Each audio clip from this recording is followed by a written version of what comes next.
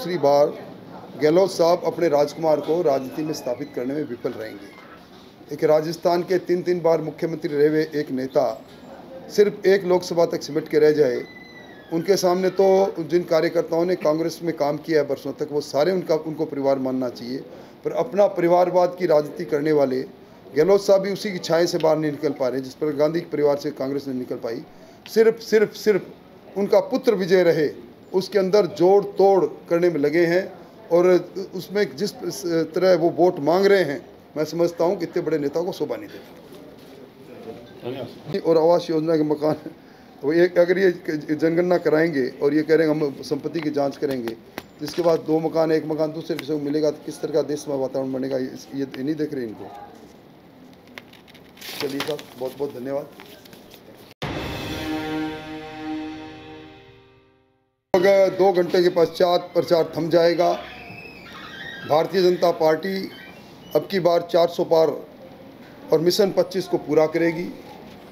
Congress party ने इस चुनाव को हमेशा तुष्टिकरण के आधार पर लड़ने का काम किया 60 वर्षों में, और पहली बार मोदी जी ने इन 10 वर्षों में इन 2 चुनाव में विकास के एजेंडे को जनता के सामने रखा। पूरे देश के अंदर मोदी जी ने अपने 10 साल के शानदार, जानदार और अद्वितीय काम का रिपोर्ट कार्ड जनता के सामने रखा।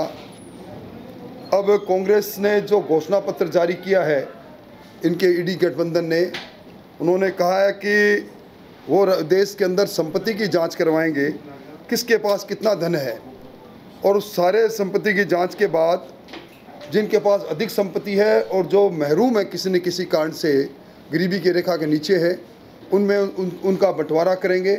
यानी कांग्रेस पार्टी अब इस चुनाव के अंदर जो घोषणा पत्र जारी कर रही है, वो घोषणा पत्र इस आधार पर कर रही है कि अगर किसी व्यक्ति के पास शहर में, गांव में 2 मकान है तो एक मकान वो दूसरे को बांटने का काम करेंगे। और उसके साथ ही जिस प्रकार उन्होंने जनगणना करवाने की बात की, जातियाँ उपजातियों में बांटकर, और उन्होंने उनको उत्थान की बात कही है, और सबसे बड़ी बात है उन्होंने कहा कि आरक्षण 50% से अधिक होगा SC ST और OBC का। तो 50% से अधिक किसके लिए होगा, किसका बढ़ाएंगे, ये स्पष्ट उन्होंने नहीं किया।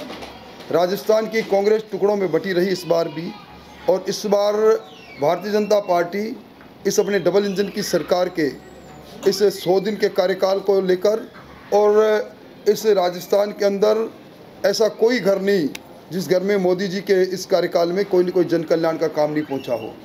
आज बड़ी संख्या के अंदर 1 करोड़ से ज़्यादा परिवारों में राजस्थान के अंदर प्रधानमंत्री अन्न धन योजना का हर महीने 5 किलो अनाज पिछले 3 साल से पहुंच रहा है। 19,600 करोड़ रुपए किसान के खाते में प्रधानमंत्री किसान सम्मान निधि के पहुंचे हैं।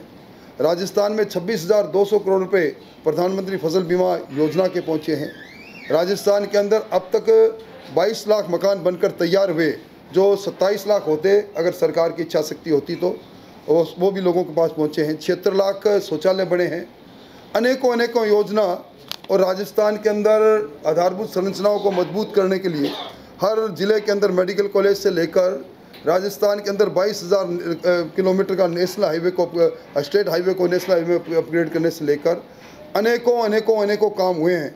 इसलिए मिशन 25 पूरा होगा, और कांग्रेस की तुष्टिकरण की राजनीति, और कांग्रेस जिस प्रकार का जहर का पौधा बोने की कोशिश में है जनगणना के आधार पर, आरक्षण के नाम पर, और विशेष तौर पर जो भारतीय जनता पार्टी पर आरोप लगा रहे हैं कि 400 पार करके संविधान में संशोधन करेंगे, जबकि मोदी जी ने कल ही टोंक की सभा के अंदर, उनियारा की सभा में कहा कि हम आरक्षण को मजबूत करने का काम करेंगे। जब तक मोदी की सरकार है, मोदी की गारंटी है कि आरक्षण के साथ कोई छेड़छाड़ नहीं होगी। मोटे तौर पर मोटे सवाल यही थे, और कोई बात आप पूछ सकते हो। इन्होंने अपने घोषणा पत्र में लिखा है बहुसंख्यकवाद को कोई जगह नहीं। कांग्रेस का घोषणा पत्र कह रहा